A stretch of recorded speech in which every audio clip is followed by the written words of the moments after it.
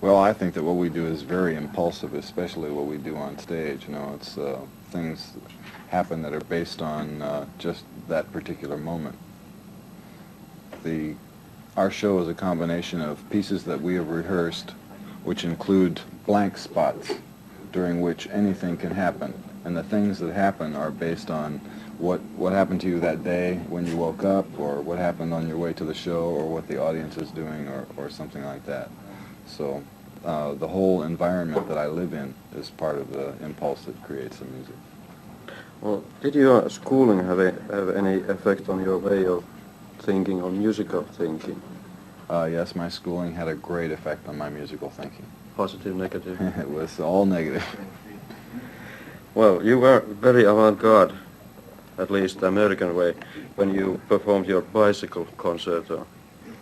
Do you consider yourself avant-garde now? Do I consider Yes, I'm very avant-garde right now. I am about as avant-garde as I have ever been, right at this very moment. Jazz has had bad experiences when connected with classical music. So has rock in recent years. How is the relationship between Zappa and classics? You tell me about the classic, and I'll tell you about my relationship. What particular classic you mean? Well, I mean... just a combination of rock and serious writing? Yeah, serious writing is the word. The basic problem of combining rock music with serious writing is whenever it's been done for a sensational exploitation type situation, a special concert perhaps, where I have been involved in one thing with the Los Angeles Philharmonic where they used the rock group to bring an audience to the orchestra, which was having trouble getting an audience. Oh. And what usually happens is the orchestra does not play with the same intensity, emotional intensity, as the rock group that is there. And so the performance never really comes off. And then you have acoustical problems of balancing the volume of the electric group against the acoustic group and so forth. Is that too technical? No, not at all. You seem to be the only rock personality interested in modernist. I mean, like Varese and Stravinsky. Mm-hmm. How do you see and what do you think are their elements? How can you use them? Well, see, I'm not the only person who might be interested in Stravinsky. There are probably some others in rock now who are interested in that kind of music, but I believe I was the first one to bring those composers to the attention of a young record-buying public. And the thing that I enjoy about those composers is the harmonic language is a lot more interesting than the normal harmonic language that is used in pop music. Like, you know how rock and roll is constructed? You get a guy with a guitar, see, and he knows, if he's starting, he knows 1, 2, or maybe 3 chords. If he's been playing for a few years, he knows 10, 20, maybe 30 chords. The chords themselves are not interesting because, you know, they're standard positions that you put your hand in on the guitar. See, so when songs are made up out of standard things like that, they will tend to sound repetitive, you know, they'll always be the same. So if you're writing for a group of instruments, and each person in that group gets to play one note of a chord, that gives you the chance to make the chord any density that you like. You know, it can be like this, it can be like that, it can be spread out like that. And you can only do that by working with many instruments and different tone colors. And so that's what I've come to appreciate, especially in the writing of Varese, is the tone colors and the voicings of the chords.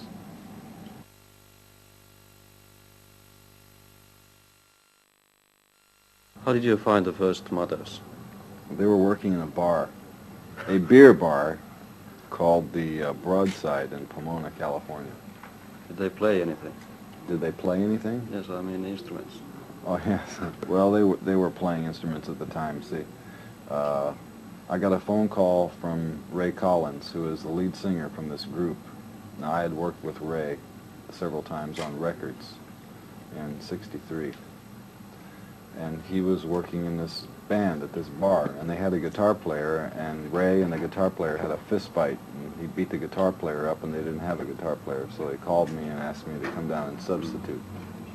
So I went down there, and I said I would look at the band and see if I wanted to play with it, and I thought they were okay. It was Ray Collins on vocals and harmonica, Roy Estrada on bass, Jimmy Carl Black on drums, and a guy named Davey Coronado on tenor sax. And Davey was pretty much leading the band, see. So I got in there and I said, well, you know, we'll never get anywhere working in this beer bar. Let's learn some original material and go make records. And Davey Coronado said, no, if you play original material, you'll get fired from these beer joints, you know, because in those places they only want you to play what's on the radio. So I talked them into playing some original stuff, and Davey quit. And he's still working in a beer joint someplace in California. And then we got fired because Davey was right, you know. And we kept getting fired for about a year until we finally made a record. Mm. You had some difficulties with the name of the band. Yeah, because the record company that finally signed us didn't want to sign a contract with a group called the Mothers. Why? Because, do you want the real reason or you want a television reason? No, not real reason. In the United States, the term mother is short for motherfucker. And the term motherfucker can be used a variety of ways. One way it means somebody who stuffs it up their mother, and another way it means a musician who is supposedly good on his instrument. And at the time, in the place where we were working, all the guys who were in the group were the best available in Pomona. Does that give you a rough idea of how sad it was in Pomona in those days? So I thought we should call the group the Mothers, which is, you know, as I explained, short for that other word. So the record company said, no, you'll never be able to sell any records like that. And they said, if you don't change the name of the group, we're not going to give you a contract. And they wanted to call it the Mothers Auxiliary, which is a name that is usually attached to parent organizations in the States. So I said, no, out of necessity, we will become the Mothers of Invention. Later. That's right. And that's where it came from. Were Mothers the only bands that started to put political and social comments as a part of the stage act and music? We were the first one to do it, first group to do it. There were other groups who did it, and they did it for the wrong reasons, I think. The Jefferson Airplane did it to make money, and the MC5 did it to be sensational. And you were?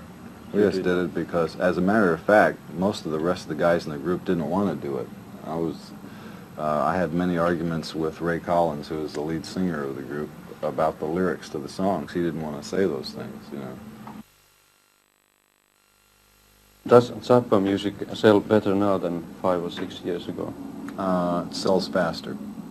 I think our biggest selling record, two biggest selling records, are Freak Out and Hot Rats.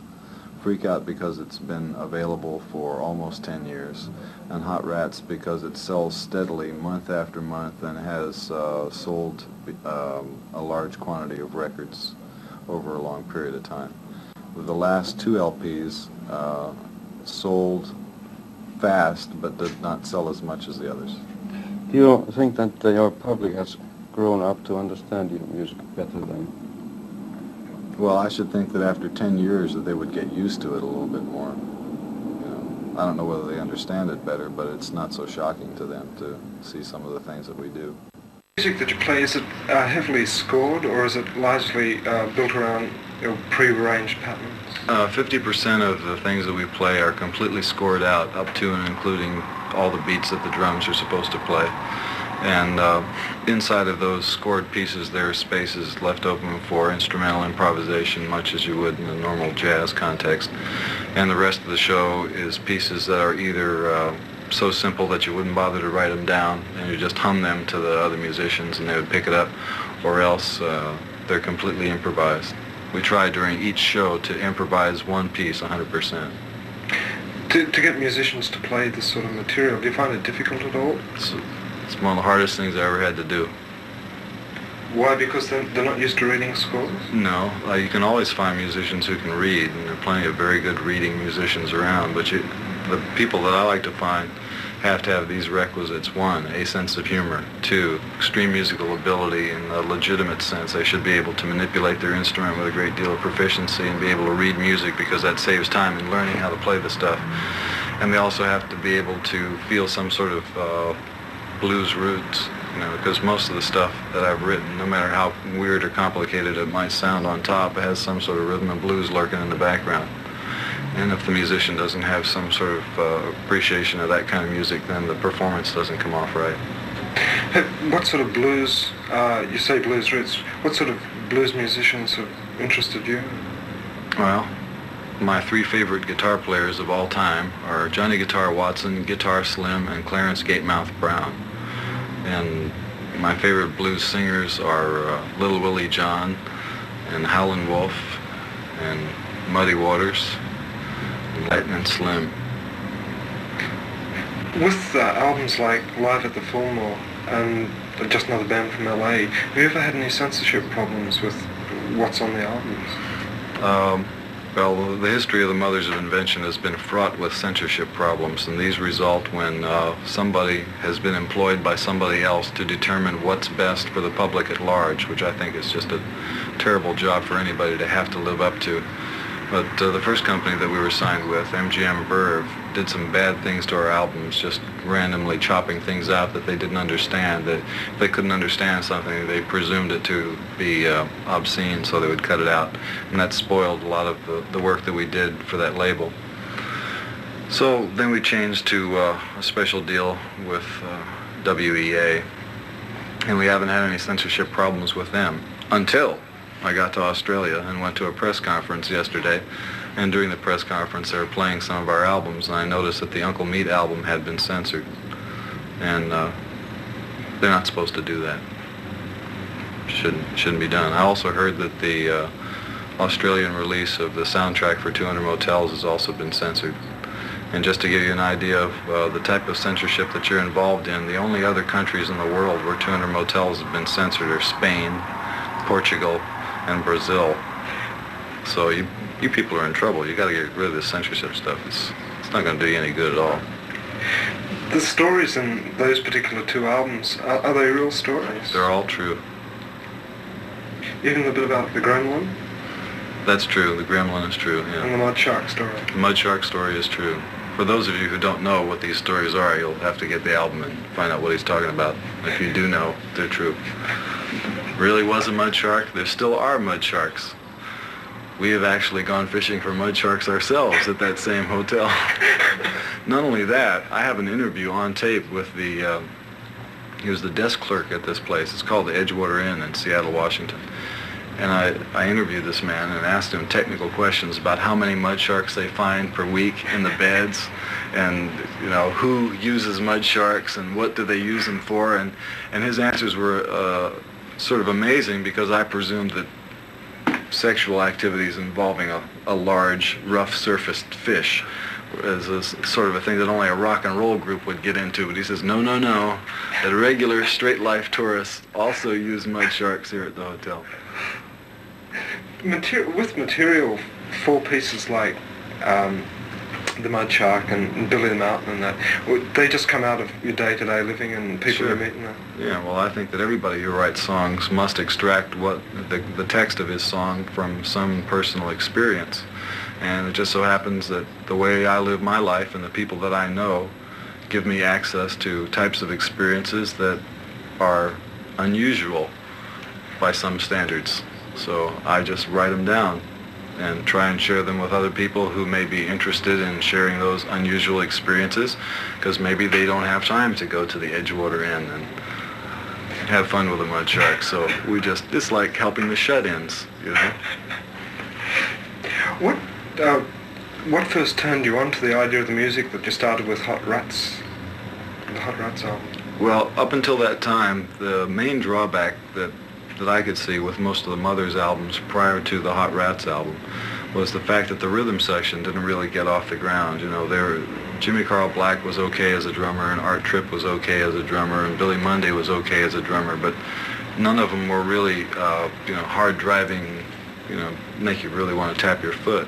And rather than fire them simply because they weren't hard driving, because we'd all worked together for such a long time, I kept them around, and you know, we're all good friends and we stayed in the band together, but I think the band suffered from lack of having a good beat. So my first venture into an album with a good beat was the Hot Rats thing, and at least 50% of what's on that album is foot-tappable material. And you're going to extend this idea further and further? Well, since the time that the first group of Mothers broke up, I've looked around for drummers that had foot-tapping ability. Ainsley Dunbar certainly had it, in an abstract way. And Ralph Humphrey, the drummer that's with us now, certainly has it in an abstract way. You never know, in the future I might get something that's even more basic and primitive. Throbbing, lewd, pulsating rhythms. You going to have listened to any of the Aboriginal music here in Australia? Depends on what the schedule is like. If today is any indication of what my schedule is going to be like, no, I won't get a chance to hear any of it. Frank, 200 Motels is unlikely to be released here because of censorship requirements. You've got another film, Uncle Meat, still on film and uncut. Is that likely to be edited? One day I might finish that, yeah. Well, have you any more film projects in mind? I want to make a science fiction movie. Any idea of a plot line for it? It has a giant spider in it, and has a woman 8 feet tall, has a con man from the earth who is a religious fanatic. That's a musical. Right. The usual stuff, you know. Regular. What about Reuben and the Jets? You've got another Reuben and the Jets band on the road, although you're not closely associated with them personally. What are they doing at the moment? I believe they're touring with a group called Three Dog Night, and they're about to go to Europe, probably in August. Do you keep a very close eye on what they do, or is it something? Well, I advise them from time to time. I helped them get the group together, and I produced their first album. And occasionally they have little intra-band squabbles, and I sit there and act like a union mediator or something, arbitrator. What particularly, you know, what made you get the first Reuben and the Jets together yourself? Well, as I told you before, I always liked rhythm and blues music, and that's just another kind of rhythm and blues music. You know.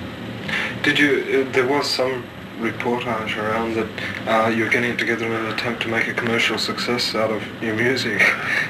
Well, if you can imagine, in 1967 releasing, well, it was recorded in 67 and released in 68.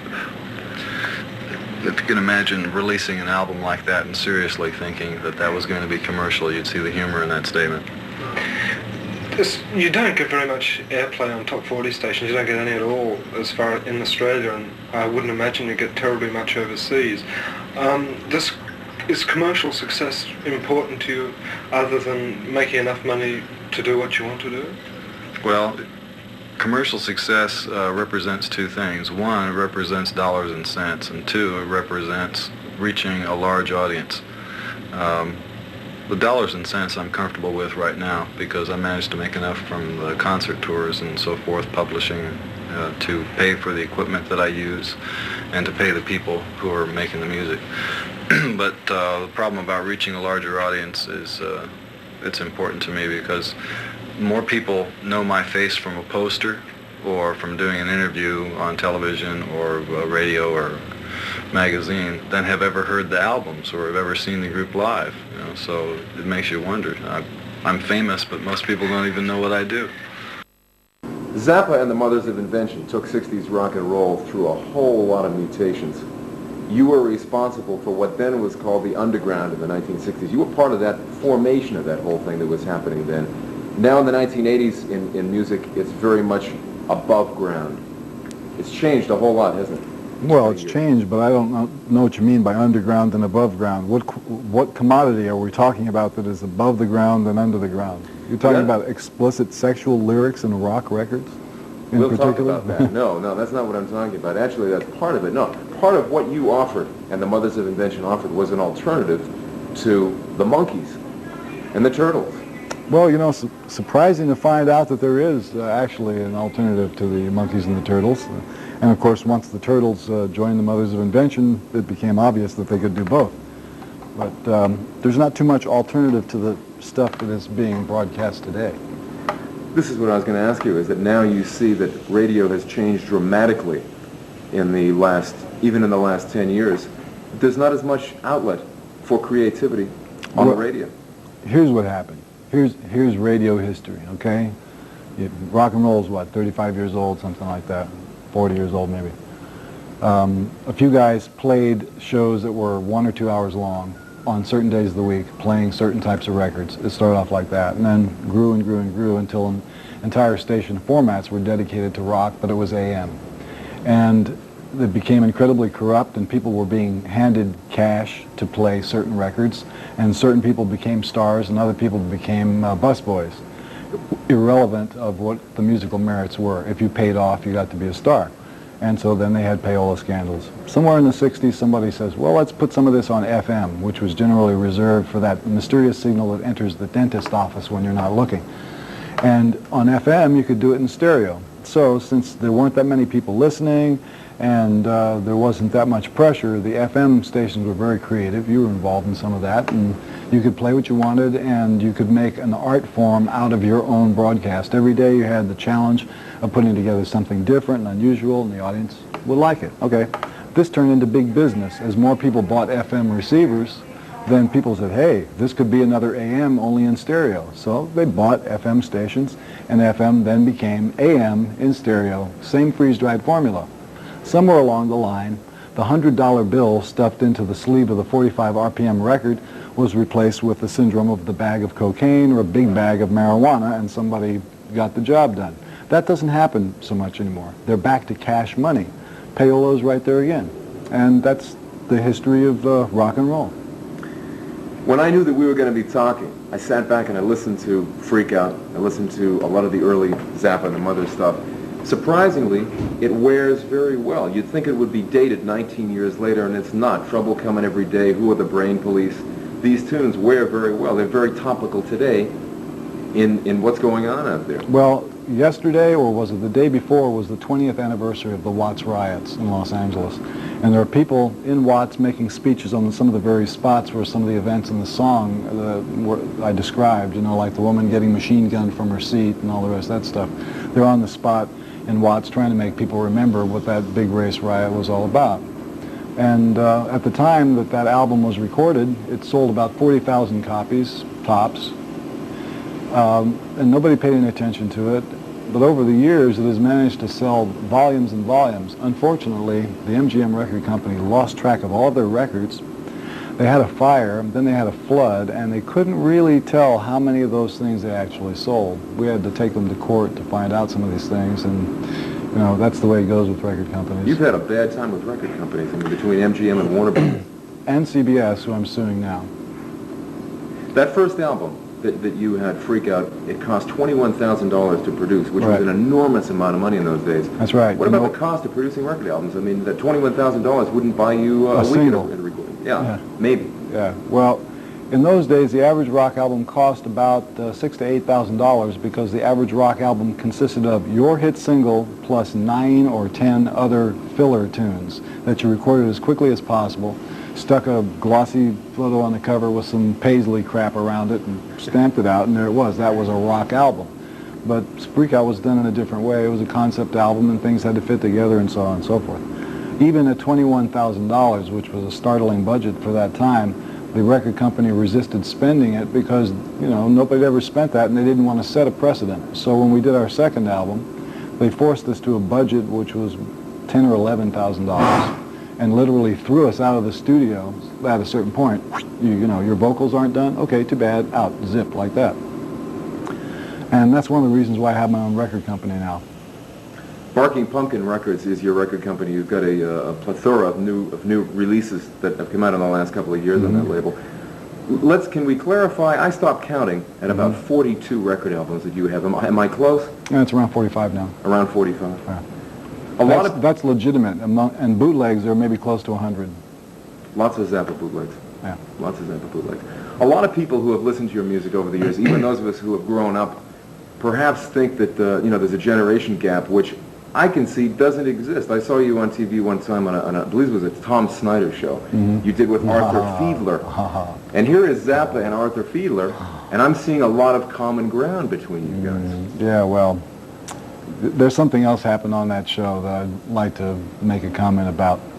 As I walk out there, you know, there's always the warm-up before they actually turn the camera on. You sit down, you meet the host, you sit there, shake hands. Okay, hi. I never met Tom Snyder in life. I sit in the chair, they strap on the microphone, the guy starts saying this. Here's a quote. You know, last year, I made $2 million here in New York. And then he starts scratching his neck and scratching around like he had the red spiders on him.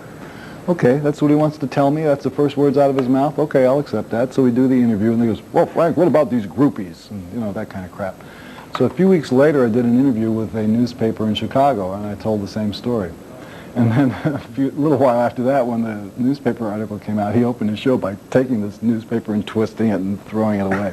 I can't help it if he's got red spiders and wants to tell me how much money he makes. Well, Frank, what about these groupies? When you did Freak Out, the first album that the Mothers of Invention did, it was an interesting album because it was the first concept album. It was the first, if you will, rock opera album. There was a lot of entwining themes going on. I think it was the first double album. It was the first double album, especially for a band for their first album. It was a double album. I mean, there was a lot of history going on with that. Yeah, well, one of the reasons why that history was possible to be made was the producer that we had for that album was a man named Tom Wilson, who is unfortunately deceased now. But he was the guy who made that possible. He took the heat from the record company and was the one who actually spent the $21,000 and let us finish it.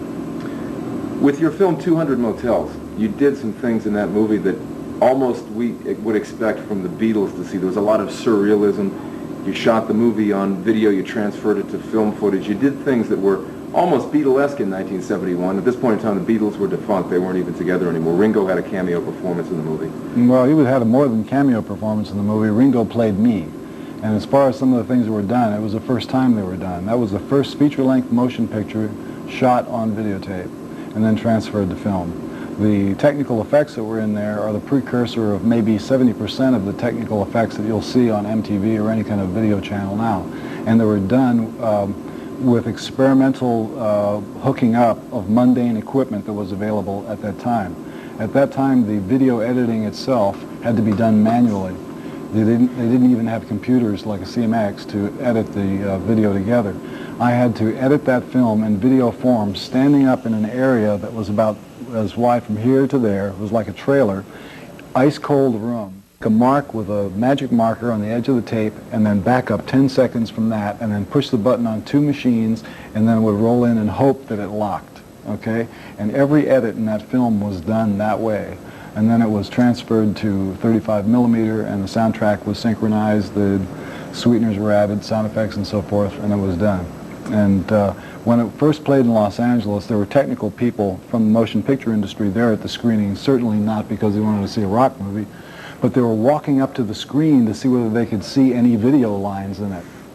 Because the company that transferred the film had a device they called a wobulator, which took the scan lines and looped them like this and then sandwiched them on top of each other, which helped to wash out the scan. That's why 200 Motels has that appearance. But the saddest thing about 200 Motels is the producer of the film, in order to be a really fiscally prudent individual, all of the film was originally shot on 2-inch PAL, good quality, better quality than US video, 2-inch reels, and there was maybe 25 or 30 of them. He had them bulk erased and resold for scrap, thereby putting $3,000 or $4,000 back into the film budget in order for him to go to the United Artists who had put up the money for the film and say, see, we're really tight with the budget, like maybe next time we'll get to do it again. It was so stupid. Do you know what those videotapes would be worth today, the original material? Uncountable fortunes. Yeah. I mean, seriously, that's art. Yeah. And so, somebody saved $3,000 or $4,000 in order to do that. Everything that that you've been involved with has been labeled, and I know how much you like labels, but art rock and avant-garde and things like that. Your training, what kind of training, and in technical training, even with video and stuff like that, as a kid, how did you start out with music? Well, first of all, I'm a middle-aged Italian, father of 4 with a high school education. Everything else that I learned by doing it. You go out and you do it. I learned how to do video editing in 1 week, the hard way. Freezing cold in that room with a magic marker in my hand, with 2 English editors whose main goal in life was to go across the street to the pub and return to the editing room with tumblers like this full of Guinness, you know, that brown, dangerous liquid, and they were just, you know, okay, that was fun. But, you know, if you have a technically oriented mind and you want to learn the discipline of doing that stuff, unless you're the one who has to tweak the machine or replace the resistors in it, you can learn the concept of doing these kind of things fairly easily. You know, really, Frank Zappa, it's kind of the story of the all-American self-made man. You're a fundamentalist when it comes to the Constitution. I know you don't like anybody to mess with that. You believe in the First Amendment. We were talking earlier. I want to see somebody who doesn't believe in the First Amendment. I mean, where are these people that don't believe? Everybody says they believe in it, but what are you willing to do about it? You know, well, people want to change it. They want to. They want to rewrite it so it sounds like the 1.2 amendment. As a writer, you've done a lot of writing, and of course with your music. As a producer, you've produced a lot of people coming out of the Los Angeles underground scene that we're talking about. You produced the GTOs, you produced Wildman Fisher, you produced Captain Beefheart. I produced the first Lowell George single, which never got released. Lowell George was in your band, as a matter of fact, the Mothers of Invention at one point. And yep. Lowell had a very large following here in Washington with Little Feat. Yeah, there's still a tape someplace in my vault of a song called Lightning Rod Man, and the other side was called Black Protruding Tongue, when Lowell had a group called The Factory.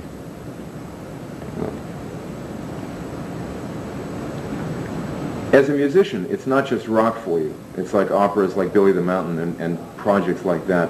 Did you ever find it difficult, I mean, to go from an instrument like guitar into scoring things that have been played by the Royal Philharmonic Orchestra chorus, people like that? Well, here's how I got into business. When I first started off, I was a consumer of rhythm and blues. I never thought I could play it. I liked to listen to it. I used to collect rhythm and blues records.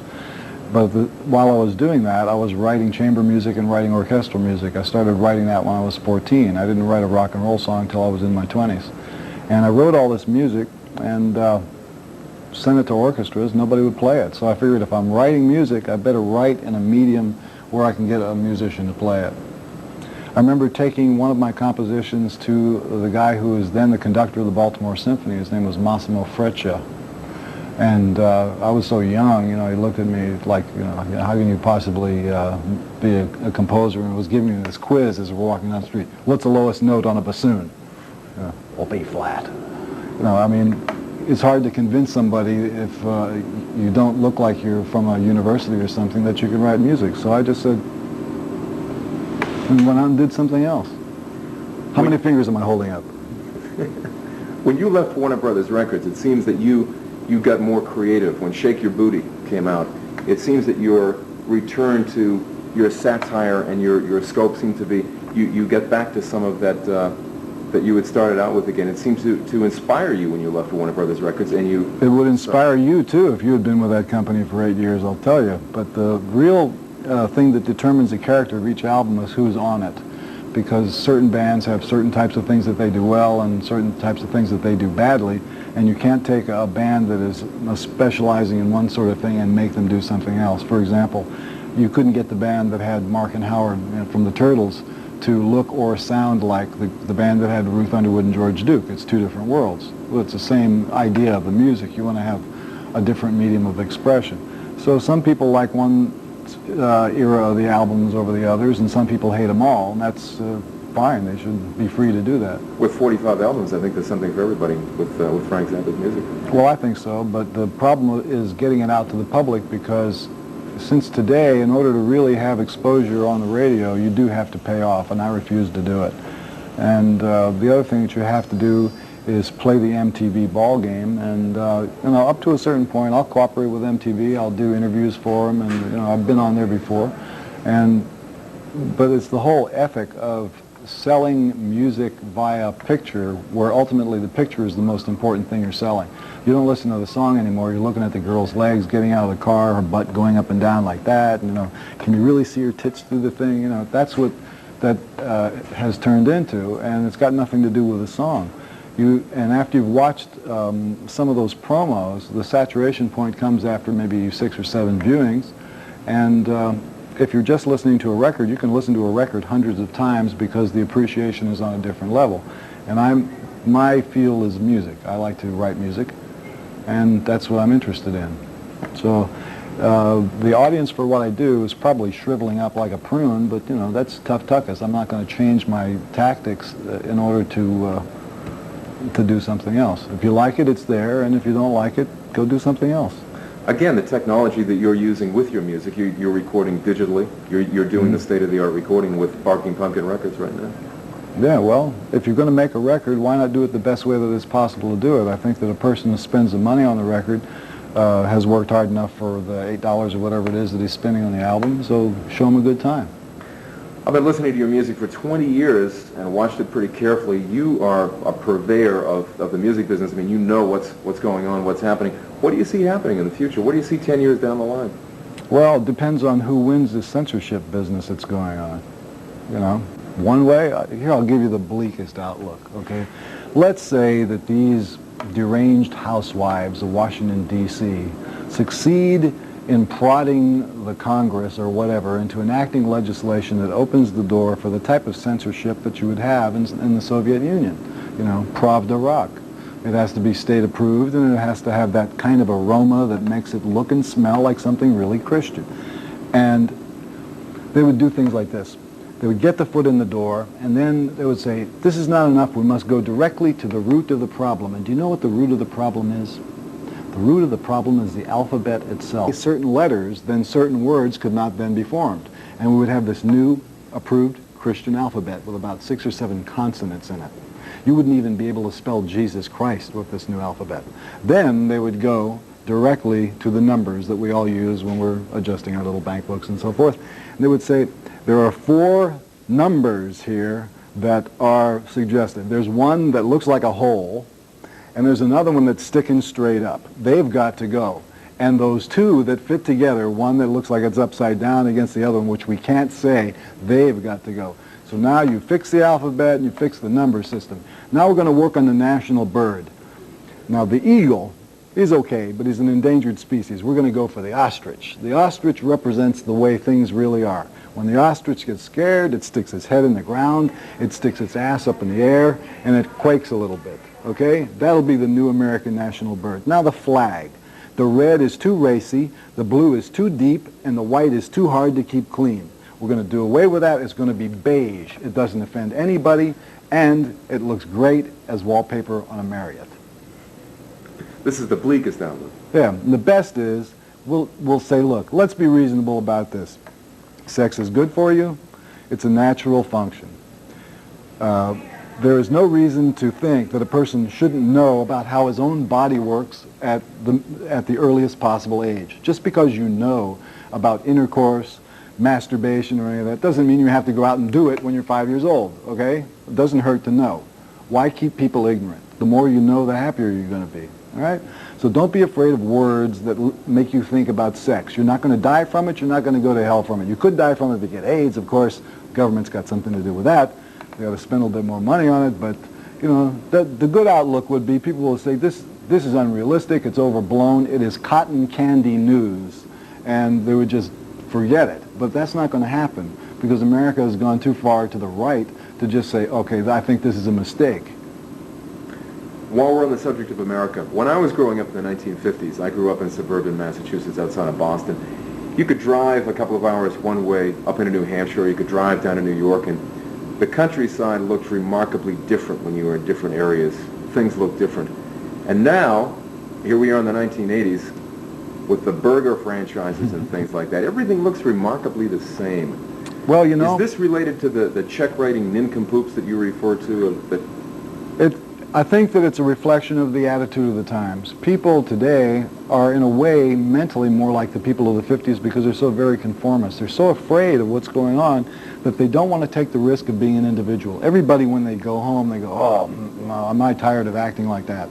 You know, I had to do that to keep my job. Oh, I hate that. Now I'm going to take a bunch of drugs and forget about it. You know, there's a lot of pressure on people because they want to be themselves. You were not born as a clone of somebody else. You're an individual. I'm one. You know, you're one. All of you out there, you're one too. So you've got a right to be yourself. But there's all this pressure to act like a certain kind of a person so that you can have certain kinds of friends and fit in somewhere so that you can be certified as a label. You say, oh, I've got it. I like the idea of being a yuppie. So even if you're not one, you know, you'll make yourself one so that you can go to a yuppie bar.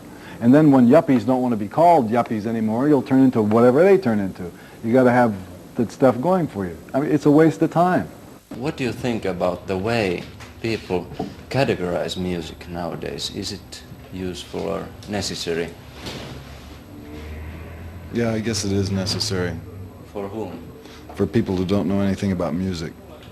There are different styles of music, you know, but there's no reason to assume they can't be blended together.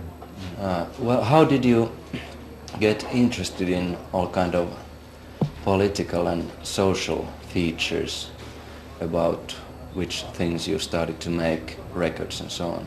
Well, when the Mothers first got together, there was no real political music in the United States. I didn't think there was very much elsewhere either. So in our first 3 albums, there was a lot of social commentary. And a lot of people didn't like it because they didn't want to hear that stuff. They would rather hear songs that went baby, baby. So we threw in a few baby babies for them. So you found a quite new field and new audience. Yeah, there was a new audience for it. It wasn't a large audience, but they were interested. What was your relationship to the theater at that time when you began with the Mothers? I always thought that it was an interesting medium to explore with a musical group. A group that would also act out the events that were supposed to take place in the theater. And we worked in a theater in 1967 for about 5 months before we came to Europe for the first time. But nowadays you have paid less attention to this theater type of performances. Why did you do that? And Well, if I could find a group that had the ideal membership, we'd be able to do both. That is, play complicated music and also do theater. But unfortunately, the music that I've written right now is so complicated that the people who can play it are not very theatrical. So, and it's also hard to do fancy stuff on stage when you're playing that many notes. And this season, it's mostly a musical band.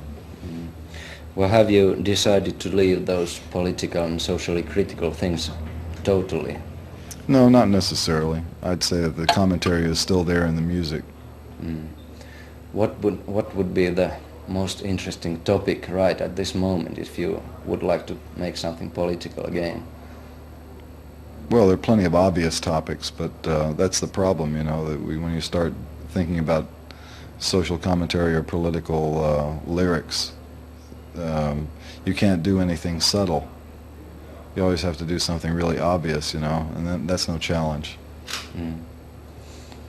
When we first started doing that, nobody else was doing it, you know, and after a couple of years, a lot of people started doing it, and I didn't feel that it was necessary for me to do it anymore in an obvious way. How about the new coming of old rock and roll music? What do you think about the commercial success of that kind of music? Well, we already did that too, but I guess we did it too early. But you are not going to do it again. No. What time do you spend usually in preparing maybe a 75-minute show? We rehearse all the time. Every day before we play, we rehearse. And before For how long time? One month? Oh yeah, we'll rehearse. Well, before this tour, we rehearse for 3 weeks, 4 days a week, 5 hours a day. To what extent do your fellow musicians take part in planning and rehearsing the performance? Well, with this particular band, they just do what I tell them because they aren't too theatrically oriented. Was it same with other bands? It was a little bit different with Mark and Howard, you know, because they had already done some funny things on stage, you know, and so they had some ideas, and I would let them do the things that they felt natural doing. Have you maybe further plans in making movies? Yeah, I'm working on one right now. What kind of a movie is it, may I ask? A monster movie. A monster movie?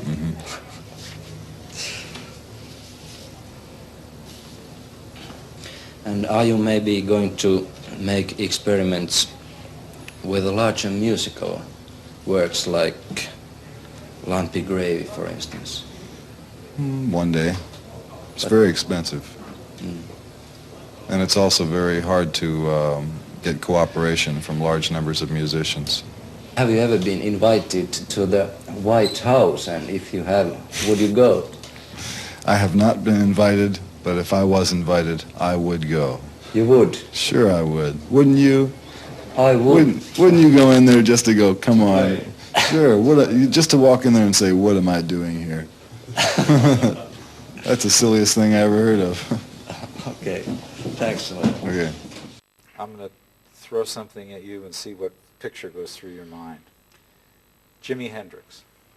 Well, Jimmy came to our house one time with Buddy Miles. That's when we were living in New York. And they walk in, said hello. Buddy sat on the sofa and immediately passed out and was snoring. And shortly thereafter, Jimmy, who was wearing green velvet pants, demonstrated some sort of intricate dance step and ripped the inside of his pants, and Gail had to sew them back up for him. And then, as they were ready to leave, Jimmy woke up Buddy Miles, and he said, goodbye, Frank, and they went out the door. Your thoughts about his music? I had written in articles at that time that I thought what should be done, since he wasn't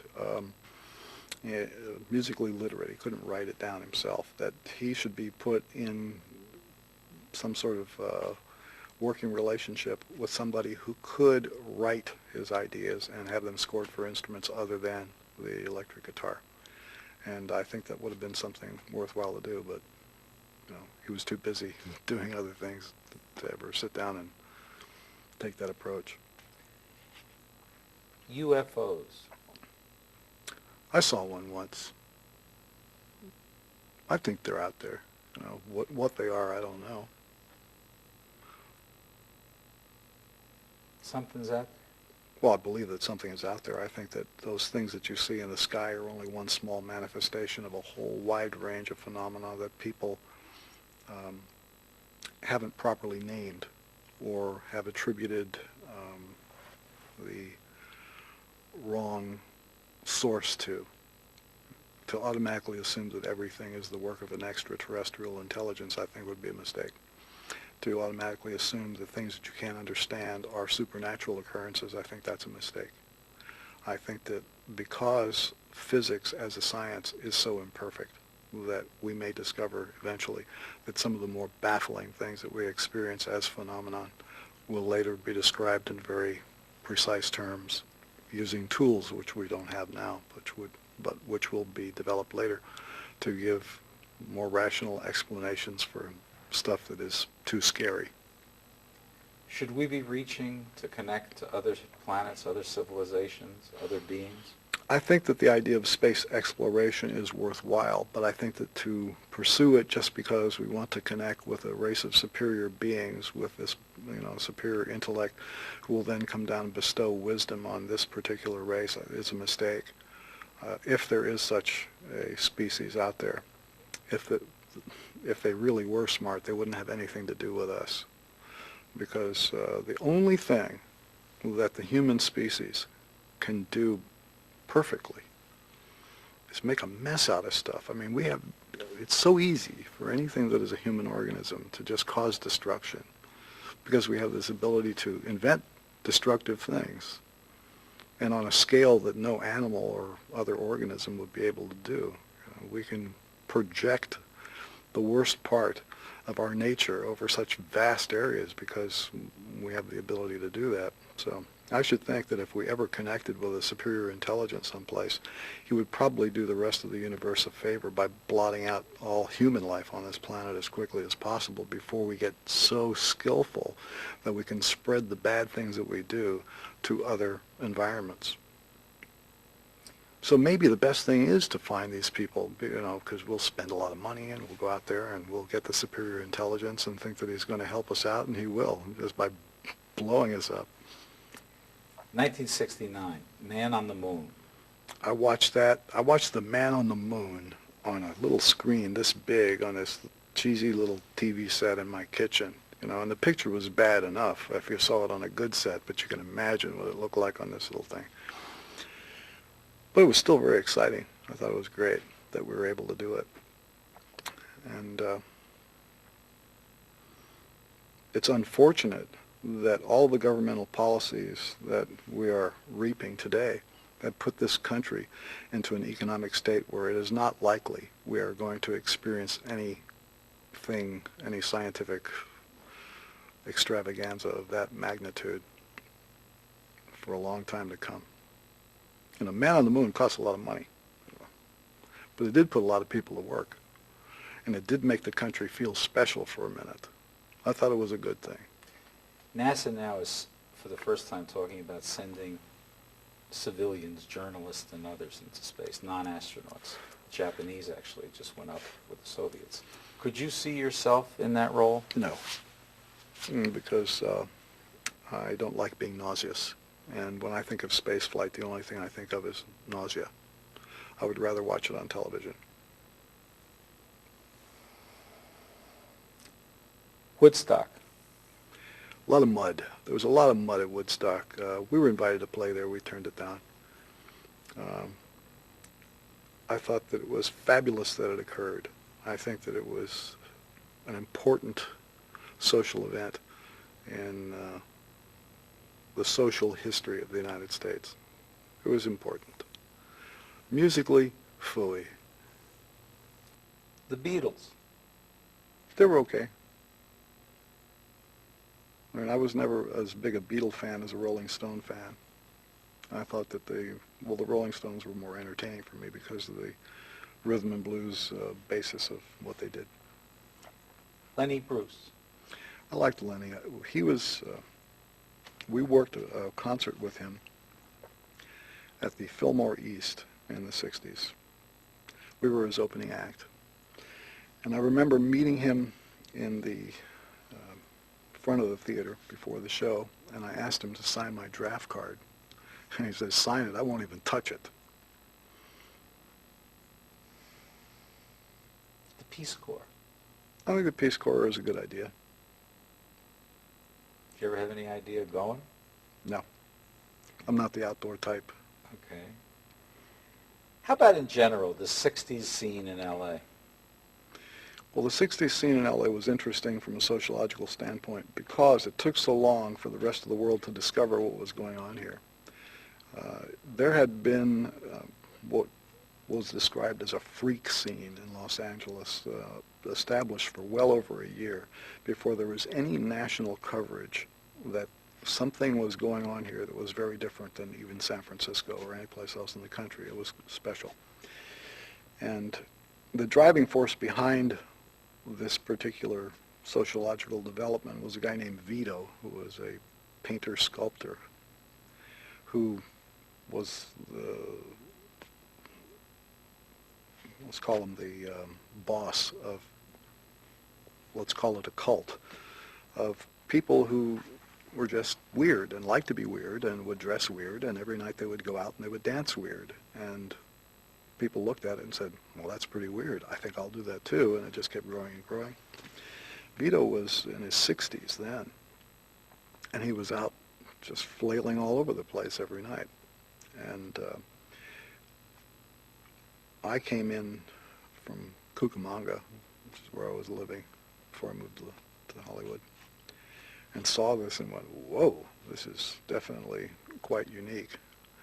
And I watched it develop, and I watched all these different strange hairstyles and clothing styles and all this stuff happen, and I saw more and more people doing it, and I saw them gathering at Ben Frank's and at Canner's and the Whiskey A Go-Go and the Trip, and they were walking up and down Sunset Strip, and it was quite a highly developed thing, like a circus every night.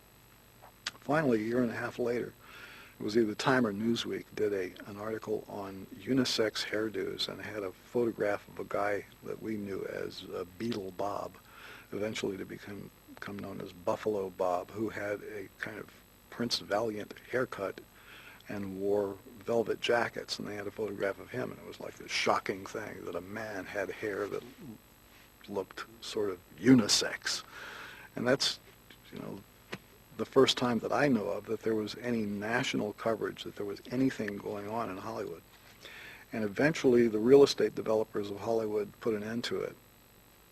They complained to the police that these people with these strange hairdos and clothes were reducing their property value along Sunset Boulevard. Something had to be done about it because they were walking up and down the street. And so they started to have these roundups. The sheriff's department would come to Hollywood nightly with these buses for carrying prisoners, and without any kind of due process, just round people up, total harassment, herd them onto these buses, take them downtown, and release them. It was just, to harass you, to keep you from going to the Sunset Strip. And eventually, that was fairly successful. It put a little fear into the people there. There were some tense moments with that policy, but the real way they killed the scene in Hollywood was to talk to the club owners and threaten them to make them stop hiring those kinds of bands which attracted that kind of clientele. And by that time, they had virtually destroyed whatever scene was developing in Hollywood, and that's when we moved to New York. Talking about unisex nonconformists, one of the heroes of the century, way ahead, way before the 60s, had that look. Your comments. Albert Einstein. He had good hair, and the thing that I like about Albert Einstein, I hope it's not an apocryphal story, but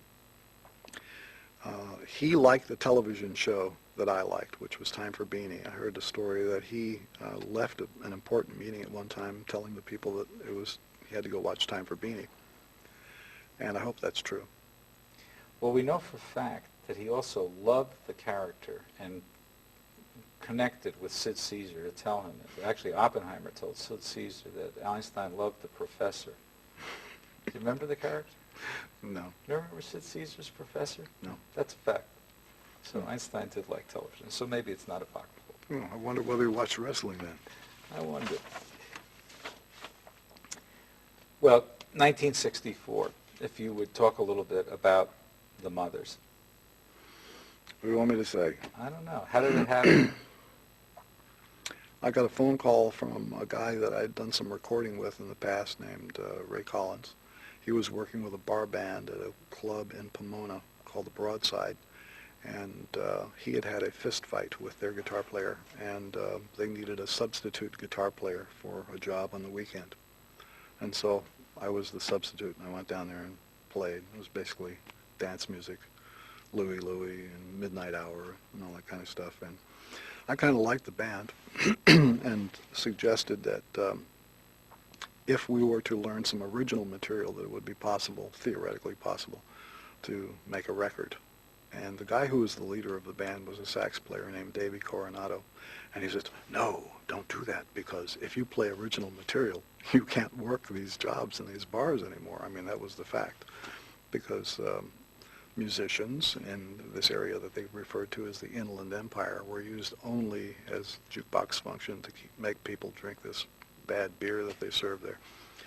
And if you played a song that people did not recognize, the chances went up that they wouldn't dance to it. And if they didn't dance, they wouldn't drink. And if they didn't drink, then the bartender would, or the owner would fire you. So all the bands were induced to be as derivative as possible. And the more songs you played that sounded like what was on the radio, the better band you were. So anybody who took the chance to learn and perform original material really was taking a big risk. And it turned out that Davey Coronado was right. The minute we started playing original material, we got fired from every place that we tried to work. And only got a record contract by accident, because we'd been turned down by all the different companies. And the man from MGM who signed us was busy someplace else the night that he was supposed to come and see our group.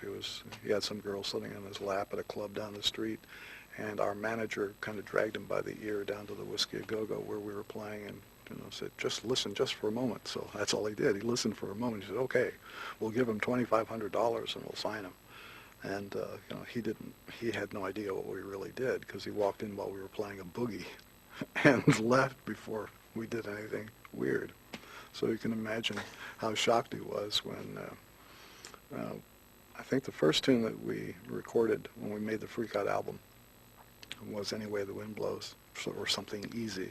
But the second tune was Who Are the Brain Police? And MGM was a New York-based company, and he had to commute back and forth from Hollywood to New York in order to sign and record these West Coast groups. And I saw him climb on the phone through the window in the control room. As soon as we got into this thing, it's like he was calling the head office to say, well, I don't know what it is, but they're doing it out there. Did you invent the name Mothers of Invention? Yeah. Just like that? Yeah. Maybe, if people are interested, maybe you could use it in the phrase. Well, the band was called the Mothers, and the record company said, well, after we had already made the album and it was about to be released, they came to the conclusion that they couldn't really release a record by anyone called the Mothers because disc jockeys wouldn't play it, because they wouldn't say the name of the band on the air, which I thought was absurd. And they were going to cancel our contract. So out of necessity, we became the Mothers of Invention. Poof. Well, Mr. Zappa, the remarkable thing is that the East Bloc leaders seem to find in you a source of inspiration instead of that you were considered like a pariah. Well, I've never been that well received by the political people in the United States because I disagree with most of them. And I think I have a right to disagree with them. At least it says so in the Constitution here. And I ought to disagree with them because they're, for the most part, stupid, banal, greedy little incompetents and shouldn't be in government at all. So I don't like them, but that's our government. But it's not an explanation for the fact why you are so well received in the East Bloc countries. I think that one of the reasons why they like me over there is because they've been listening to the records for a long time, which is not true in the United States because they don't play my music here. Beer, as you might know, is very important to the Dutch. And what are you saying? You say beer leads to pseudo-military behavior. Well, my theory is that winos don't march. And, the statistics show winos don't march. And in the United States, the consumption of beer is tied to situations wherein males engage in aggressive acts in groups, lubricated by this beverage. And I don't know whether there is a chemical reason why the formula for beer produces these kinds of psychological results in groups of males, or whether it's just the way in which beer is merchandised here, because I think beer is consumed in the United States differently than it's consumed in Europe. In Europe, it's just it's a foodstuff, and you drink beer.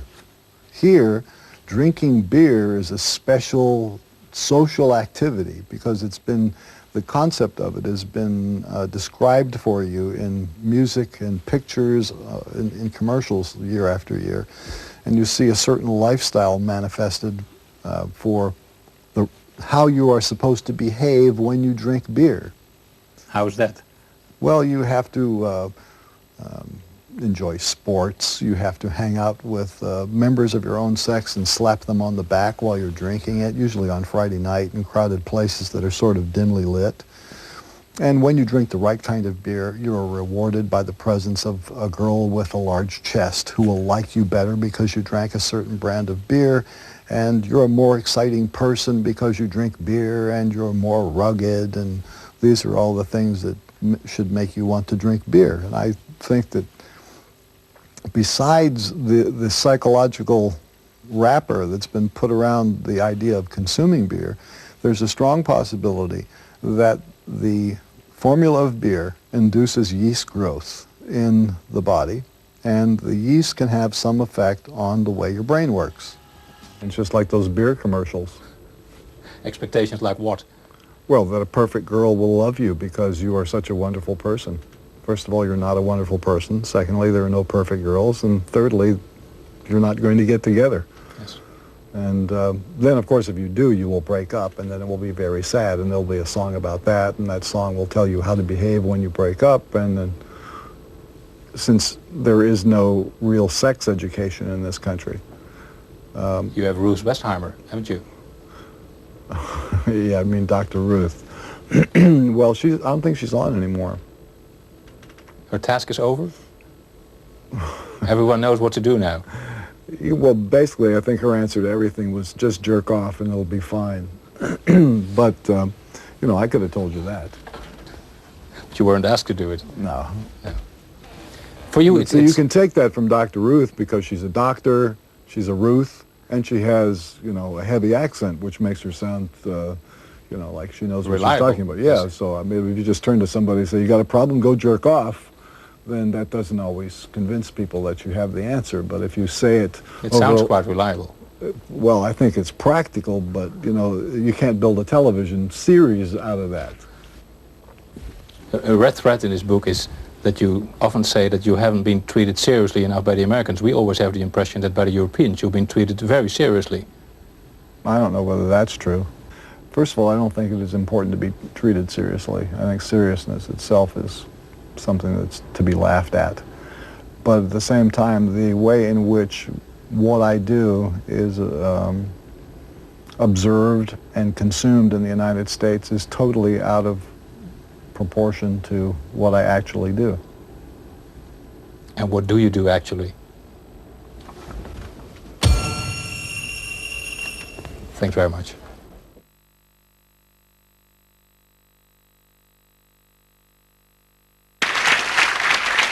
Good evening. If there is such a thing as an electric underground, a counterculture of decibels, our guest tonight amplifies all that is most in it. Frank Zappa is in Australia from the United States to give a series of concerts with his group, the Mothers of Invention. Well, here are some of the things that people have written about Frank Zappa. To many people, Zappa has often seemed to be a force of cultural darkness, a Mephistophelian figure serving as a lone, brutal reminder of music's potential for invoking chaos and destruction. That's from Time in October 1969. And from the Australian magazine Go Set this year, the greatest satirist of all time, the distorted mirror through which we experience ourselves and the neurotic, perverted society that man has created. From the book, Rock from the Beginning. By any standard, he was quite outstandingly ugly. But the Mothers, his group, left him looking like Robert Goulet.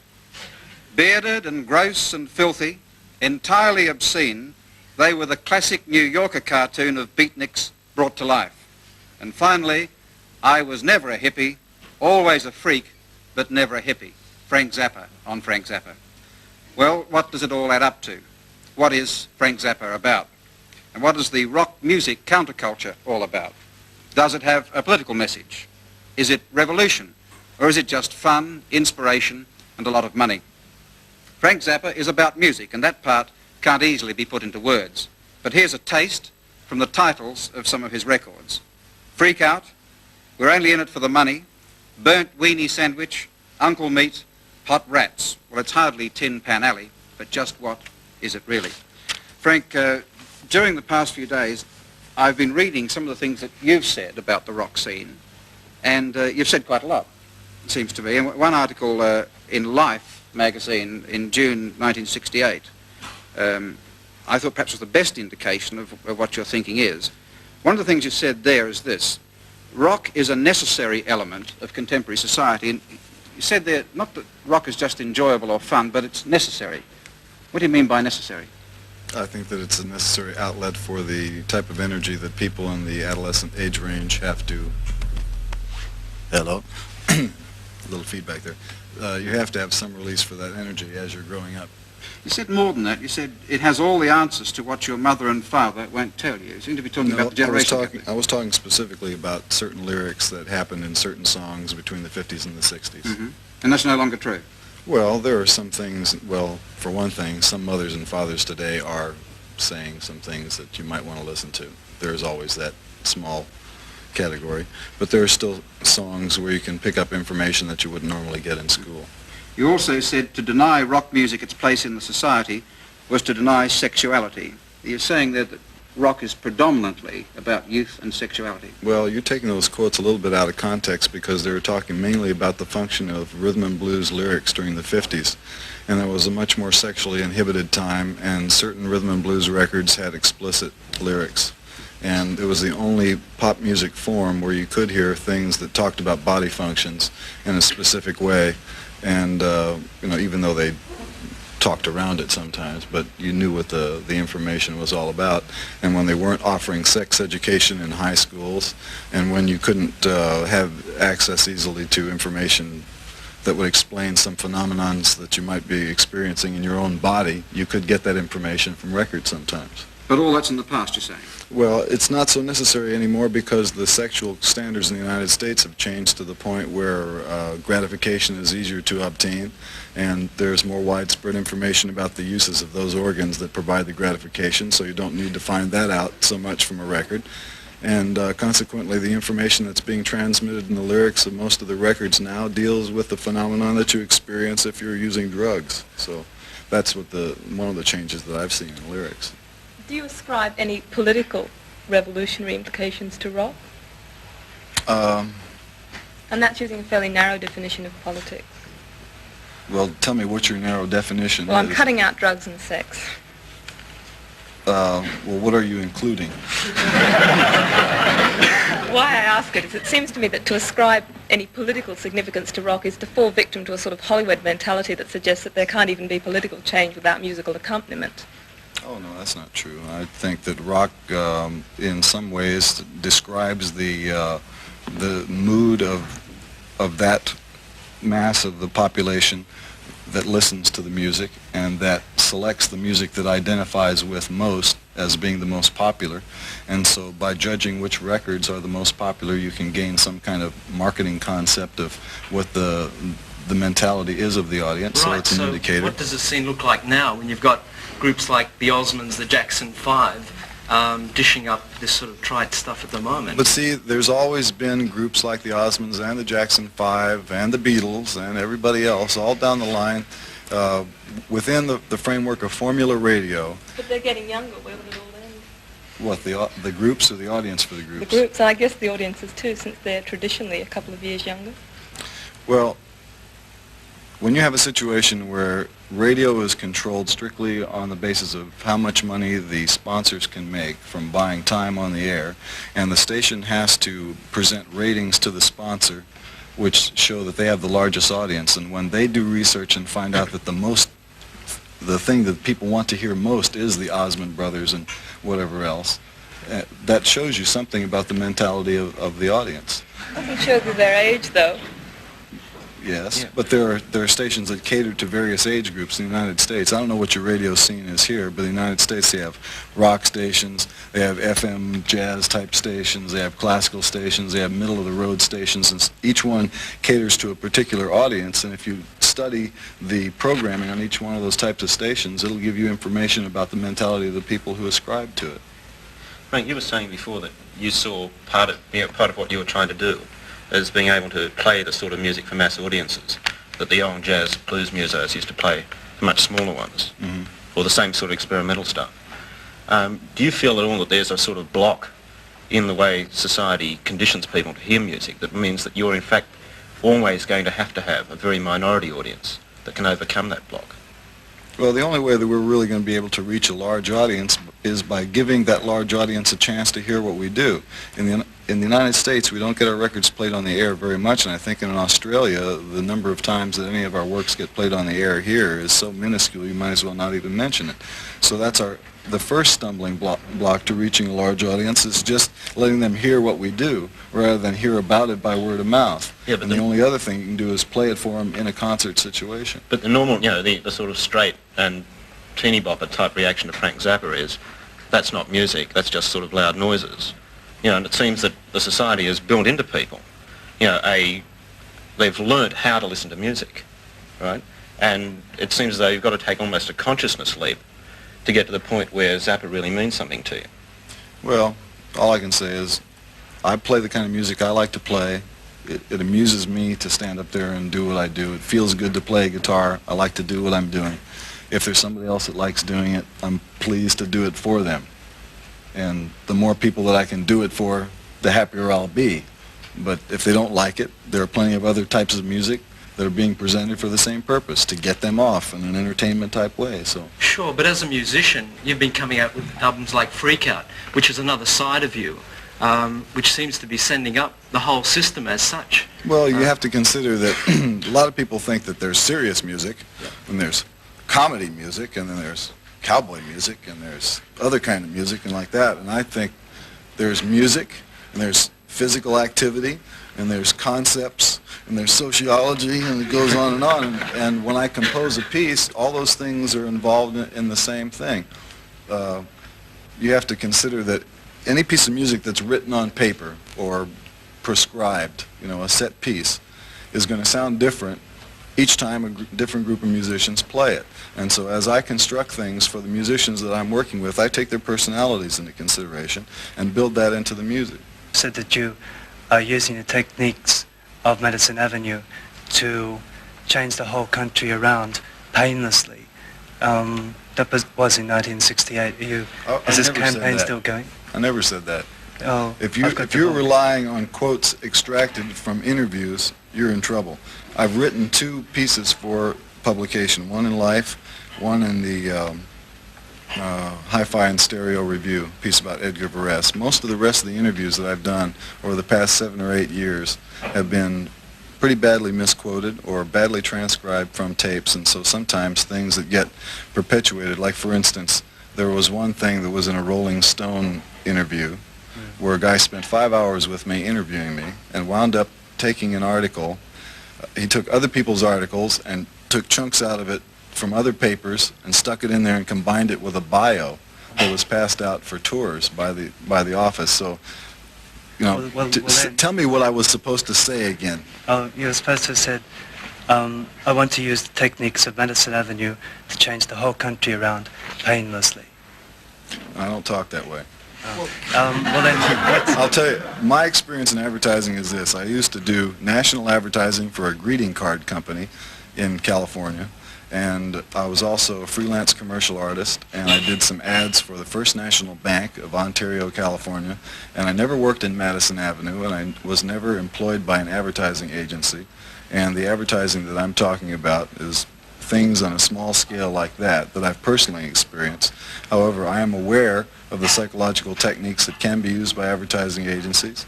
I'm interested in the subject of semantics, and I will use those tools to express my point. Well, when you first started, your group had the reputation of being rude to audiences. You would come out and say, "Hello, pigs." You don't insult audiences anymore overtly, not even psychologically. Perhaps you're trying to put across a serious brand of music. How did the change come about? Well, I have said to audiences, "Hello, pigs," and I'll tell you exactly the circumstances under which I might say that to an audience. We did something that probably no other rock group has ever done. We worked in New York in a 300-capacity theater for 5 or 6 months in 1967. We did 2 shows a night, 6 nights a week. The show consisted of a stage, our equipment, a box of toys, and the audience. And the audience was oftentimes involved in what we were doing.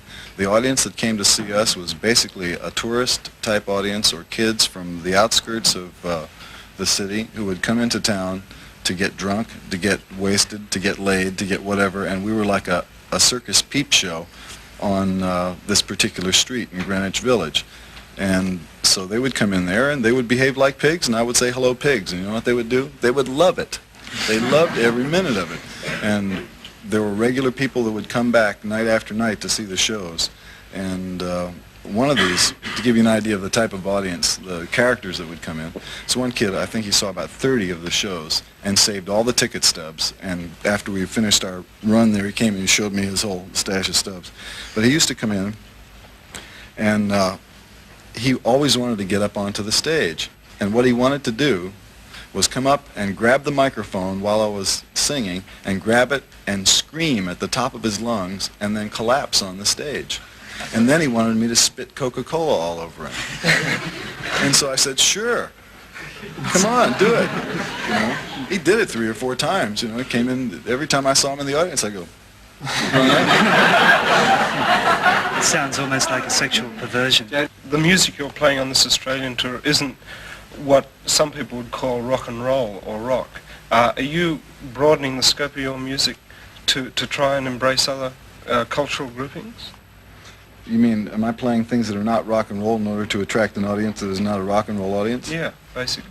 No, I'm playing the music that I'm playing for whoever happens to show up to hear it. And they can be any age, any color, any size, any shape, any sex, anything they want to be. You know, yeah, but you were promoted as a freak on the posters, and maybe you're not responsible I didn't for draw all the that. poster. Yeah, but you know, you're part of the game.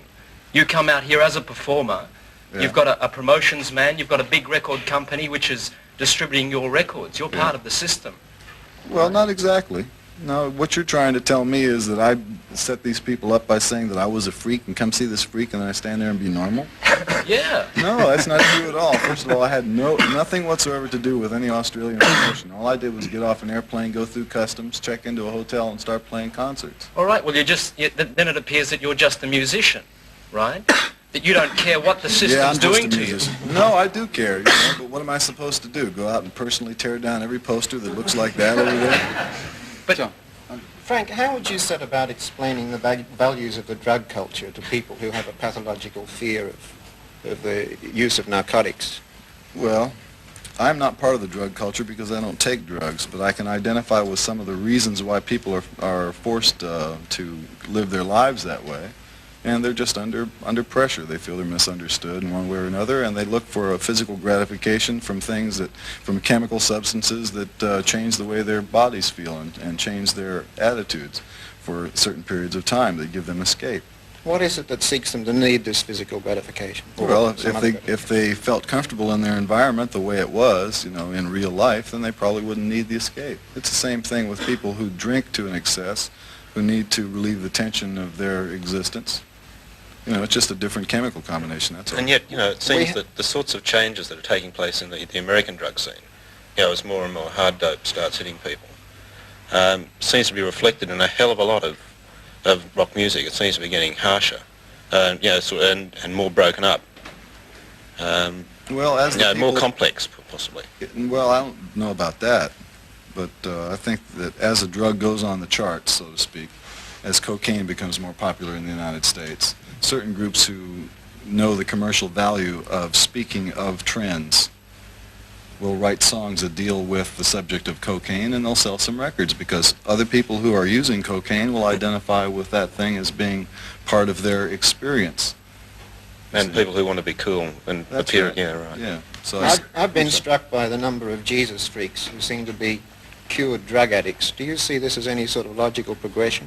The most horrible thing about that is I read something the other day where there was some evidence uncovered in England that showed a connection between the CIA setting up the Jesus freaks and one of these other religious movements. So I don't know how to perceive the connection between the cured drug addicts because I've also heard about the CIA dispensing heroin in the United States. So, do you see this as one addiction replacing another?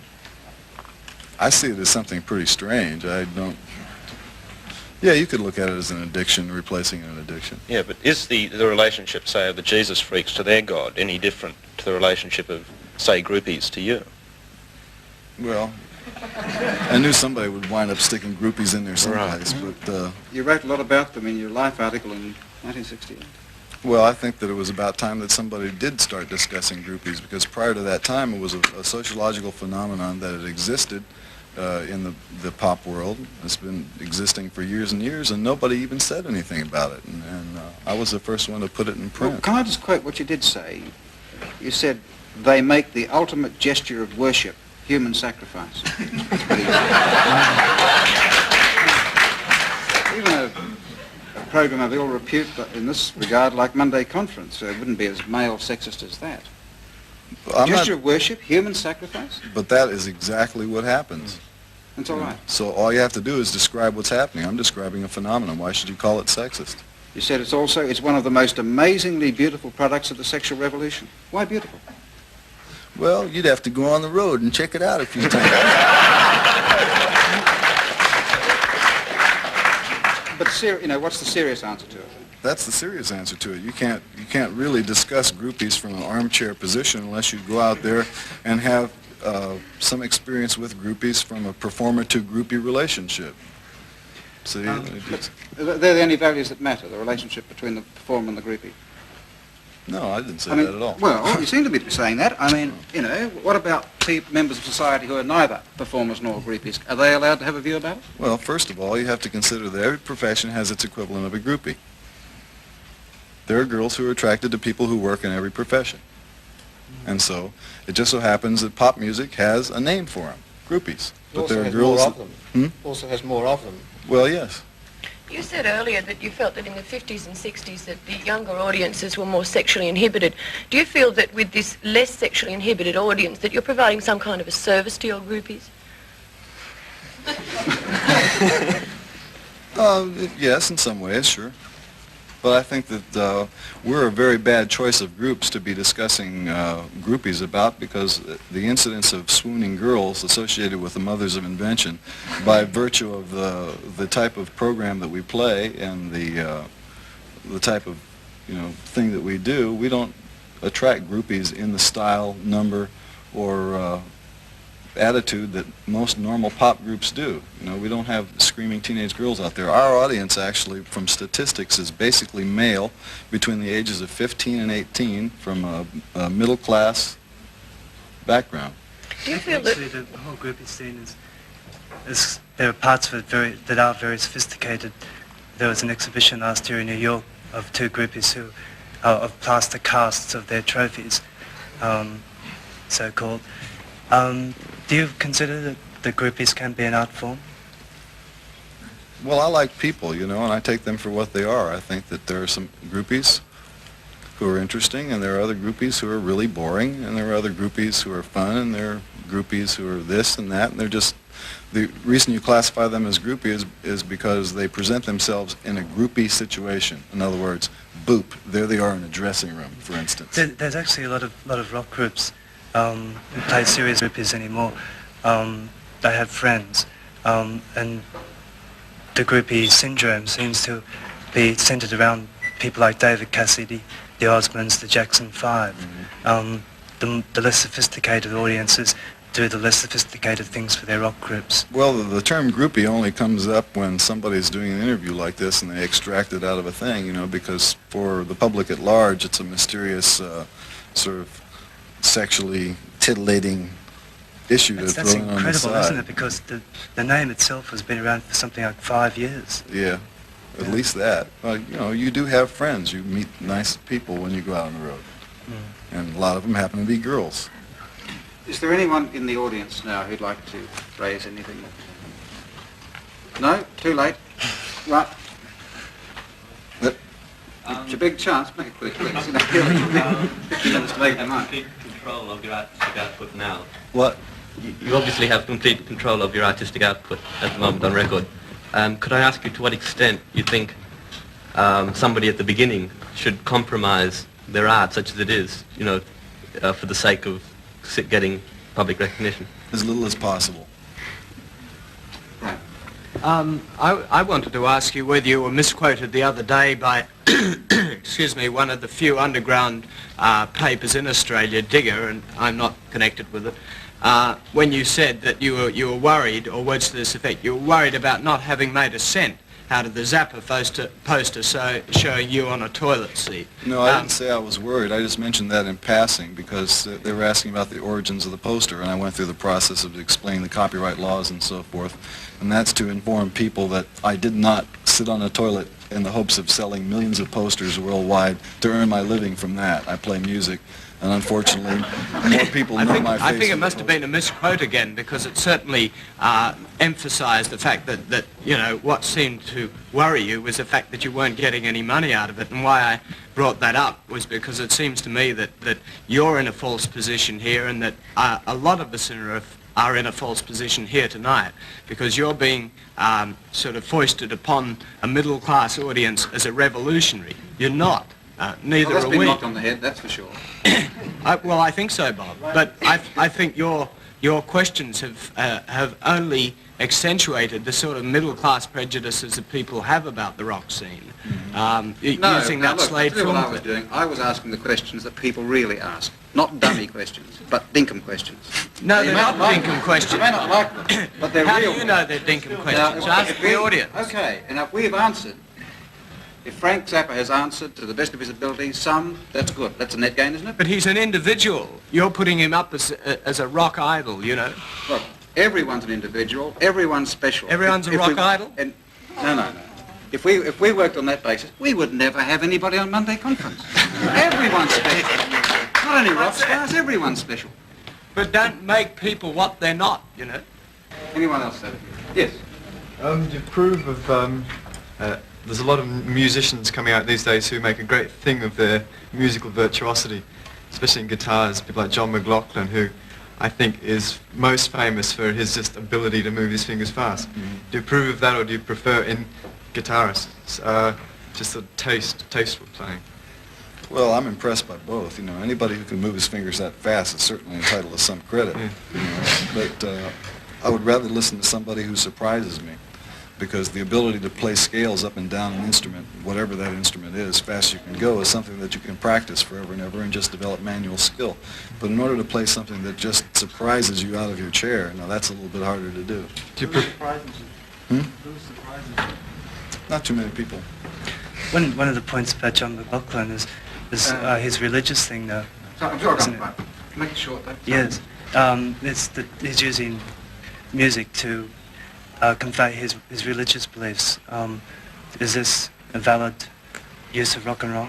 I think it is, if it's his own personal taste. I use the music that I convey to convey my own personal convictions about the way I live, because it's all derived from my personal experiences.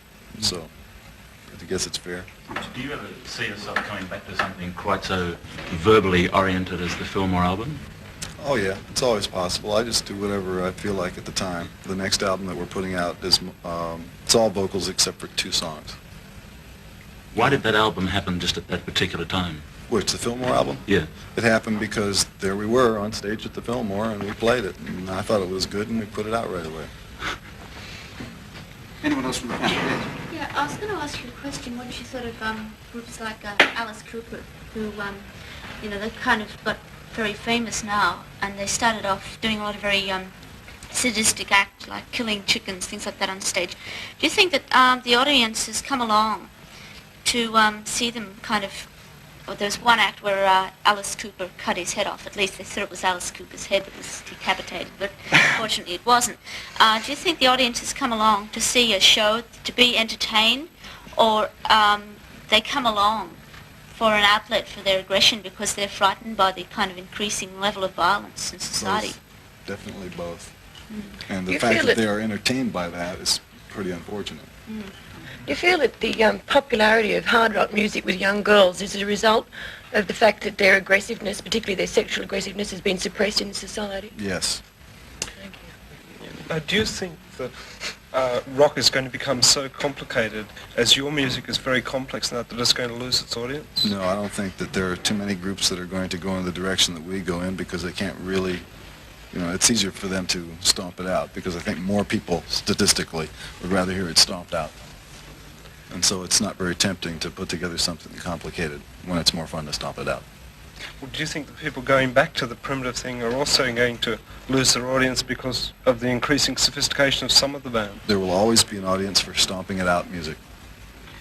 The United States Supreme Court, as you probably know, has reversed its old ruling on the test for obscenity and made it much stricter. I mean, it's now a less liberal definition of it. Is this going to affect your work in any way? Yes, it will. In what ways? Well, the problem in the United States is you have a lot of states where you don't have so many here, and each area is left to determine its own values as to what is pornographic or obscene or actionable by a court and so on and so forth. And in each one of those areas you have people who are out to make a reputation for themselves as upholders of justice and protectors of the whatever. And so as you ship a piece of merchandise across a state line, one state, the social attitudes towards certain words or descriptive pictures or whatever, in one state it might be okay, in another state it might be not okay, and so consequently you're going to wind up with sprinkled lawsuits all over the country, and I think it's really a step backward. Frank, thank you very much. I'm sorry, that is the time. Thank you very much for joining us on Monday Conference. All right. Thanks for I should say that Frank has flown up from Melbourne especially to be with us, to confront his middle-class audience of one. We do appreciate that very much, that he's given us the... This morning we go to the Hollywood Hills and the home of a man who once said, "I never set out to be weird, it was always other people who called me weird."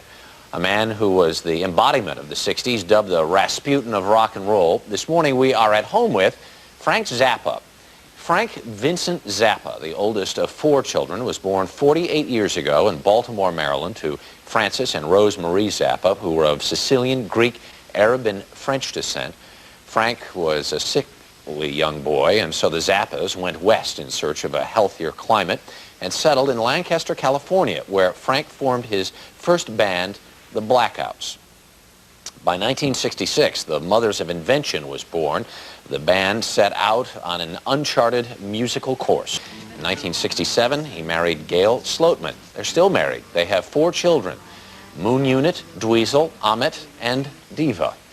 Zappa's musical history includes more than 50 LPs, running the gamut from The Grand Wazoo and Lumpy Gravy to Jazz from Hell, which won a Grammy in 1987, to his own classically oriented compositions, which he recorded with the London Symphony. In court, testifying against censorship of rock lyrics, Zappa is as outspoken as he is on stage. After 4 years away from the stage, Zappa completed a world tour in 1988 for his newest release, Broadway the Hard Way. And just out is The Real Frank Zappa book for the benefit of those who might have misunderstood the Zappa mind. And right now, Frank Zappa, mind and body, is in his home in the Hollywood Hills, where we join him this morning. Morning, Frank. Morning. We are checking with our At Home With archivist, and we think this may in fact be the first time we've had an At Home With segment with a person in a bathrobe. So really? Yeah. You know what time it is here?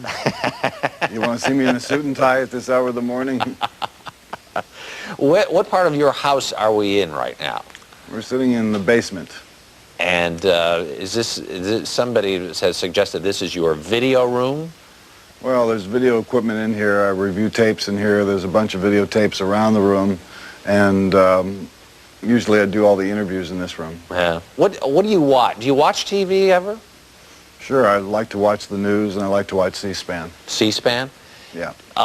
Do you watch MTV or VH1 or any of that sort of stuff? Well, I've occasionally seen it, but I usually try and whiz by those channels. You are a grazer, then, I take it. Actually, I'm a pole vaulter when it comes to those ones. I need to ask you a little bit about some of the stuff that's in the room. Behind you there are some license plates, which I guess is an ironic thing to have up on the wall in that I don't think... When was the last time you had a regular driver's license? 1967. I don't drive. You don't? These are gifts that fans have sent to me. And this is only a few of them. You know, I'm a little bit lax in putting the stuff up on the wall. Why'd you write this book? Because Aunt Patty said it would be really easy. Was it? No.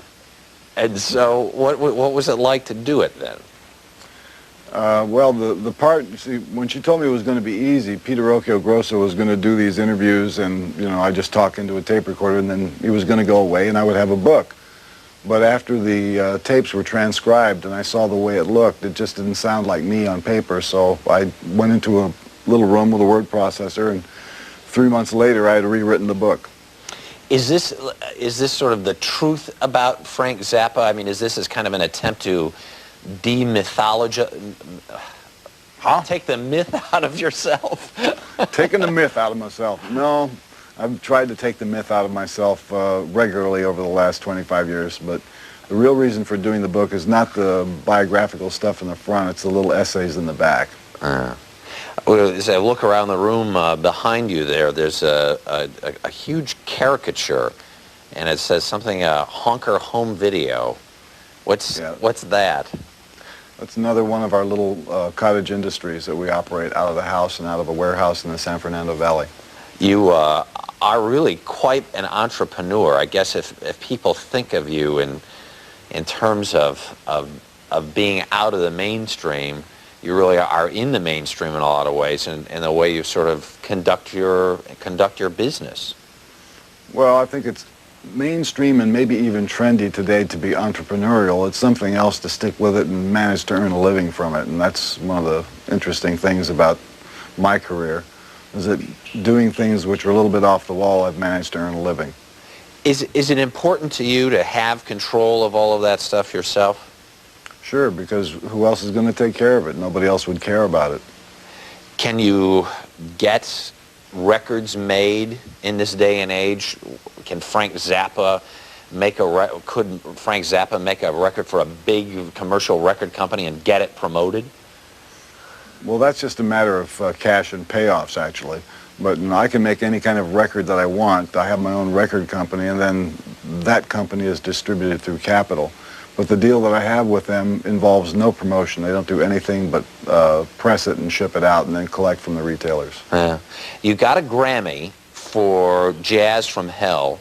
Does that mean anything extra to you? Well, I think that it's a living proof that the whole process is a fraud. This is a little plastic joke, the Grammy itself.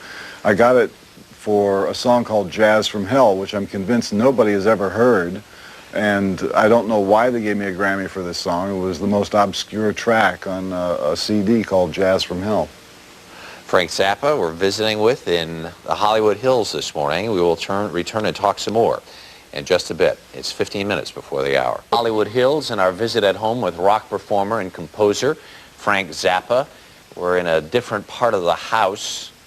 Looks like you've got an entire studio set up there. That's right. I'll just walk over here. Yeah, let's look around a little bit. Yeah. There's something you're sitting by now that I'm not even sure how to pronounce it. Can you explain it? Well, it's a machine called a Synclavier, which is this is the machine that produced that Grammy Award-winning song, Jazz from Hell. that everyone is humming on the way to work this morning. What does the machine do? How does it work? Well, it allows you to perform on the keyboard. You could play a composition on the keyboard, which is then stored in the computer memory, and then you edit what you played, or you can type in information on this keypad here and edit what you played. Now, does the computer in some way, shape, or form create musical voices? I mean, can you do, I suppose, like trumpets or violins or whatever? Yeah, you can have any kind of instrument you want, and that's done through sampling. Yeah. Do you think a Beethoven or a Brahms or a Mozart would compose this way if they had access to this kind of machinery? Well, if they didn't, they'd be missing out. It's a great machine, and it allows you to do a lot of work fast. Yeah. It's like a word processor for music. Do you ever think, though, the stuff, the electronics and the microchips can kind of get in the way, though, of the actual true music itself, or what you're really trying to get at? No, actually, it improves it by subtracting the human element, which is the most unreliable part of doing music. If you've ever employed a musician, you know what I mean. I thought that was supposed to be part of the creative process, though. Employing musicians? Yeah. Well, no. You have worked with major symphonies. You've written lots of music. You've looked at the works and studied the works of important modern composers. Is it important to you to be taken seriously in that regard? No. You've done that work, though. When you work with those people, how does it feel to have them respond to work with a guy in a tuxedo? It's kind of like going to a banquet, except you don't eat. Well, except, isn't it something more than that? I mean, these people are real artists. We're talking about people like a Zubin Mehta or somebody like that. Well, of course, you have to take the people as they come. Individual conductors and performers can be alternately charming or boring. And just because a guy's got a tuxedo on is no sure sign that he's an artist or a fine person. And I've seen both kinds in the orchestral world. Same way in rock and roll. Just because a guy's got a nice leather suit doesn't mean he can really rock. Who do you like? Who do you respect? Give me a classification. Rock and roll. Well, I think my favorite guitar player working in rock and roll today would be Alan Holdsworth. And who does he work with, for those of us who don't know, managed to age out of some or lose touch? We'll just keep that a secret. This is, you know, it's his group, Alan Holdsworth. Okay. Then what about what about classical music? In classical music, my favorite composers are Stravinsky, Webern, Bartók, guys like that. Yeah. Are there any people? Have you ever heard music like the minimalists, you like Philip Glass? Are you in touch with that sort of stuff? I've never heard a piece by Philip Glass, but in general, I don't like minimalist music. What do you listen to around the house? I don't have much recreational listening time. Basically, if I'm listening to something, I'm listening to what I'm working on in the studio. Yeah. You have 4 kids. We see your son sometimes on TV. Are you a good dad? I guess I'm okay. None of the kids are in jail. And do you have a philosophy, a parenting philosophy? Well, this is revealed in minute detail in the book, but I could sum it up for you, and you're probably not going to enjoy it. In the part that says how to raise fantastic children, the secret clue is keep them as far away from religion as possible. And that's the key, you think, or what else? So didn't you say you should let kids grow like weeds? Yeah, let them grow like weeds, but keep them away from a church. Let me make this very clear. Choosing a religion is important, okay? Right. And this is not something that should be inflicted on a child from birth.